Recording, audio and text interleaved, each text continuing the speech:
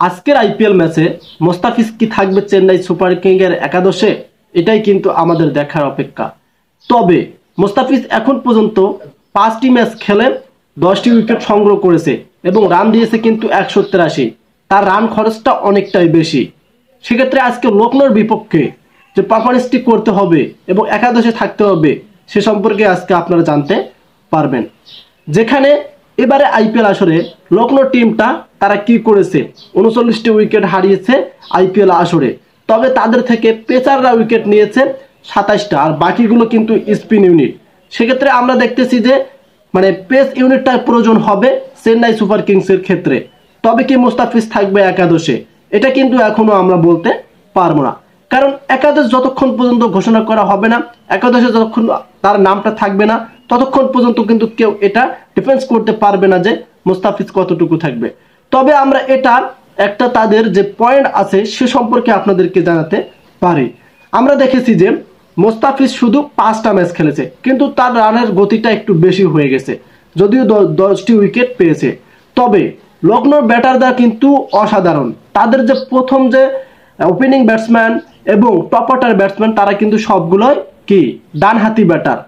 KL Rahul, Deepak Hooda, Marcus Stoinis, এই যে batter 3জন, এরা কিন্তু সবগুলো ডানহাতি ব্যাটার। সেক্ষেত্রে কিন্তু মোস্তাফিজের অনেকটাই প্রয়োজন। চেন্নাই সুপার কিংস কিন্তু এটা কাজে লাগাতে পারে। তবে খেলা যখন শুরু হবে তখন অবধি আমরা দেখতে পারবো যে চেন্নাই সুপার কিংসের একাদশে আজকে মোস্তাফিজ কতটুকু থাকবে বা একাদশে থাকবে কি থাকবে না। যেখানে আমরা দেখেছি যে ম্যাচটা হয়ে গেল 5 নম্বর ম্যাচটাতে দেখেছি তা আমরা মোস্তাফিজ কিন্তু 51 রান দিয়ে একটা উইকেট পেয়েছে। সেক্ষেত্রে 4 ওভারে হয় বল 24টি, রানের সংখ্যাটা হয়ে গেছে একটু বেশি। বাট মোস্তাফিজকে কিন্তু কি ইম্প্যাক্ট প্লেয়ার হিসেবে না নিতেও পারে, আবার একাদশে জায়গা না দিতেও পারে, এরকম কিন্তু গুঞ্জন আছে। তবে আমরা যারা ক্রিকেটকে খেলা পছন্দ করি, আমরা যারা আইপিএল খেলা দেখি, তারা সকলেই কিন্তু মোস্তাফিজের জন্যই খেলাগুলো দেখি। বর্তমান যে আইপিএলটা হচ্ছে বাংলাদেশ থেকে যে আমরা খেলাগুলো দেখি, তারা সকলেই কিন্তু মোস্তার জন্যই কিন্তু খেলাগুলো উপভোগ করে। তবে আজকে যদি মোস্তাফিজ একাদশে না থাকে তাহলে কিন্তু অনেকেই আবার খেলা দেখবে না, এটা কিন্তু অনেকেরই কি মতামত। তবে মোস্তাফিজকে একাদশে আবারও ফিরতে হলে আমি তো ওইটাই বললাম যে তার রান খরচটা কমে আনতে হবে। কারণ আজকের ম্যাচটার মধ্যে লখনৌর যে ব্যাটাররা তারা কিন্তু অসাধারণ ব্যাটিং আপ করে থাকে। তাদের ডানহাতি ব্যাটার কিন্তু সব থেকে বেশি।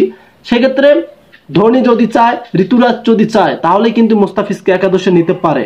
আর যদি একাদশে জায়গা থাকেও তাহলে কিন্তু মোস্তাফিজকে আজকে অবশ্যই ভালো বোলিং করতে হবে। কারণ যদি ভালো বোলিং আপ করতে না পারে তাহলে কিন্তু কি আবার কিন্তু একাদশ থেকে ছিন্ন হতে পারে। সো আমরা দেখবো ম্যাচ শুরু হওয়ার আগ পর্যন্ত অপেক্ষায় রইলাম। ম্যাচ শুরু হতেই আমরা বুঝতে পারবো যে আজকে মোস্তাফিজুর রহমান কিরকম পারফরমেন্সটি করতে পারে এবং তার রান কতটুকু খরচ কম করতে পারে। সো ভিডিওটি চলে পর্যন্ত আপনাদের কেমন লাগলো? যদি ভালো লাগে অবশ্যই আমাদের চ্যানেলটিকে সাবস্ক্রাইব করে রাখবেন আর ভিডিওতে একটি লাইক করবেন। যারা ফেসবুক পেজ থেকে দেখলেন অবশ্যই ভিডিওটি শেয়ার করে দেবেন। ধন্যবাদ।